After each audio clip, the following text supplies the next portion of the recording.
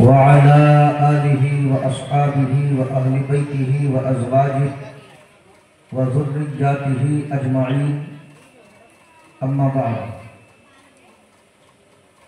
فأعوذ بالله من الشيطان الرجيم بسم الله الرحمن الرحيم رضي الله عنهم ورضوا عنه وقال النبي صلى الله تعالى عليه وآله وسلم اللهم أعز الإسلام بعمر بن الخطاب صدق الله العلي العظيم وصدق النبي الأمين المكين المتين الكريم ونحن على ذلك لمن الشاهدين والشاكرين والحمد لله رب العالمين۔ آئیے سب سے پہلے مصطفیٰ جان رحمت، شمع بزم ہدایت، شہر یار ارم، تاجدار حرم، نو بہار شفاعت، نو شائع بزم جنت، عربی وقار صلی اللہ بارگاہ میں درود پاک کا نذرانہ محبت پیش کریں۔ پڑھ لیجئے محبت سے اللہم صلی علی سیدنا و مولانا محمد مبارک وسلم صلاۃ و سلام علیک یا سیدی یا حبیبی یا رسول اللہ صلی اللہ تعالی علیہ وآلہ وسلم۔ روز محشر نار دوزخ سے بچا سکتا ہے کون؟ روز محشر نار دوزخ سے بچا سکتا ہے کون؟ میرے آقا کے علاوہ بخشوا سکتا ہے کون؟ روز محشر نار دوزخ سے بچا سکتا ہے کون؟ میرے آقا کے علاوہ بخشوا سکتا ہے کون؟ اور مصطفیٰ کے حکم سے جاتے ہیں سب طیبہ نگر، وہ نہ بلوائیں تو ان کے در پہ جا سکتا ہے کون؟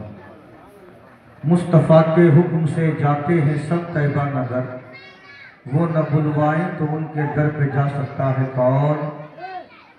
اور حضرت مولا علی کے واسطے شہ کے سوا، حضرت مولا علی کے واسطے شہ کے سوا شمس کو مغرب کی جانب سے پھرا سکتا ہے کون؟ شمس کو مغرب کی جانب سے پھرا سکتا ہے کون؟ اور چھوڑ کر مولا علی مشکل کشا کو دہر میں انگلیوں پر باب خیبر کو نچا سکتا ہے کون؟ انگلیوں پر باب خیبر کو نچا سکتا ہے کون؟ وہ نہ بلوائیں تو ان کے در پہ جا سکتا ہے کون؟ میرے آقا کے علاوہ بخشوا سکتا ہے کون؟ برادران ملت اسلامیہ، یہ دنیا جب سے بنی ہے اور جب تک قائم رہے گی۔ اللہ رب العزت نے انسان کو بنایا تو اس کے اندر کوئی کوالٹی ضرور ہوتی ہے۔ ہر انسان کے اندر کوئی نہ کوئی کوالٹی ہے، کوئی نہ کوئی خوبی ہے، کوئی نہ کوئی خصوصیت ہے، لیکن اب انسانوں میں وہ جسے اللہ کا مقرب بندہ کہا جائے، انسانوں میں وہ جو اپنی زندگی کو اللہ رب العزت کی راہ میں فنا کر دے، انسانوں میں وہ جو سچائی کا ساتھ دے اور سچائی کا پرچارک اور پرسارک بن کر کے رہے، وہ اور تمام لوگوں سے ممتاز ہوتے ہیں اور ان کی حیثیت اور ان کی شان نمایاں ہوتی ہے۔ بس یہ ہے کہ اخلاص قلب کے ساتھ انہوں نے کام کیا، جس کا نتیجہ ملا انہیں، جس کا ثمرہ انہیں ملا، اور ساری دنیا میں ان کا نام روشن ہوا، جن کا بول بالا آج بھی ہے۔ کچھ لوگ ایسے ہیں کہ جن کے تذکرے قلبی ہوتے تھے، ان کے تذکرے آج بھی ہوتے ہیں۔ وہ سراپا خوبیوں کے مالک تھے، لیکن مشہور جب ہوئے تو ایک کوالٹی کو، شہرت جب پائی تو ایک خصوصیت کو لے کر، حالانکہ اگر ان کے تمام چیزوں کو دیکھا جائے تو کوئی ایسی کوالٹی آپ کو نہیں ملے گی جو اس کے اندر موجود نہ ہو، جو ان کے اندر پائی نہ جاتی ہو۔ لیکن جب شہرت ملی تو ایک کوالٹی کیا ہے، آپ خود اندازہ لگائے نا کہ جب اللہ رب العزت نے صدیق اکبر کے مقام کو بلند کرنا چاہا تو مصطفیٰ جان رحمت کا دامن پکڑا دیا، اور ان کے اندر کوالٹی تو بہت ہی مگر مشہور ہوئے صدیق کے لقب سے۔ اور آج جب کہیں بھی صداقت کی بات آتی ہے تو سب سے پہلے ذہن میں ان کا نام آتا ہے۔ سچے تو دنیا میں بہت سے لوگ ہیں، اور سچا کون نہیں ہے، ہمارے نبی سے بڑا سچا کون، لیکن جب بات صداقت کی آئے گی تو سب سے پہلے جو سنیوں کے ذہن میں نام آتا ہے وہ نام ہے ابو بکر۔ ایسے ہی دنیا میں بادشاہ تو بہت گزرے، انبیاء میں بھی بادشاہ گزرے اور نبیوں کے علاوہ بھی بادشاہ گزرے، اور ان تمام لوگوں نے جو ان میں سے نیک تھے انہوں نے انصاف کے ساتھ حکومت بھی کی، انصاف کے ساتھ بادشاہت بھی کی، لوگوں کے دلوں پر راج بھی کیا، لوگوں کا بھلا بھی چاہا، لوگوں کا خیال بھی رکھا، لوگوں کے گھروں میں کھانا تک پہنچایا۔ مگر جب بات عدالت کی آتی ہے، جب بات انصاف کی آتی ہے، حالانکہ حضرت سلیمان کی آپ زندگی کو اٹھائیں اور حضرت سلیمان کے حکومت کا دائرہ اگر آپ جو ہے دیکھیں تو یہ خالی زمین نہیں تھی جو سلیمان علیہ السلام کے تابع تھی، یہ خالی اور دیگر چیزیں نہیں تھیں، بلکہ ہوا بھی سلیمان کی حکمرانی کے تابع تھی۔ تمام چیزیں حضرت سلیمان کے اندر، صرف انسان ہی نہیں، جنات بھی حضرت سلیمان کی حکومت کے اندر، یہ ساری چیز حضرت سلیمان کے تابع۔ اور نبیوں میں آپ جیسا عدل و انصاف والا بادشاہ اور آپ سے زیادہ طاقتور بادشاہ شاید عبایت کوئی گزرا ہو، یا اللہ نے اس انداز میں کسی کو حکمرانی عطا کی ہو۔ اتنے زبردست صاحب عدل، صاحب انصاف بادشاہ گزرے، مگر آج جب اتنے زمانے کے بعد بھی جب عدالت کا تذکرہ ہوتا ہے تو حالانکہ ذہن جانا چاہیے حضرت سلیمان کی طرف، اور ان کا مقام بھی فاروق اعظم سے بڑا افضل ہے، کیونکہ وہ نبی ہے اور یہ غیر نبی ہے، وہ نبی ہے یہ غیر نبی ہے، فرق بہت آتا ہے۔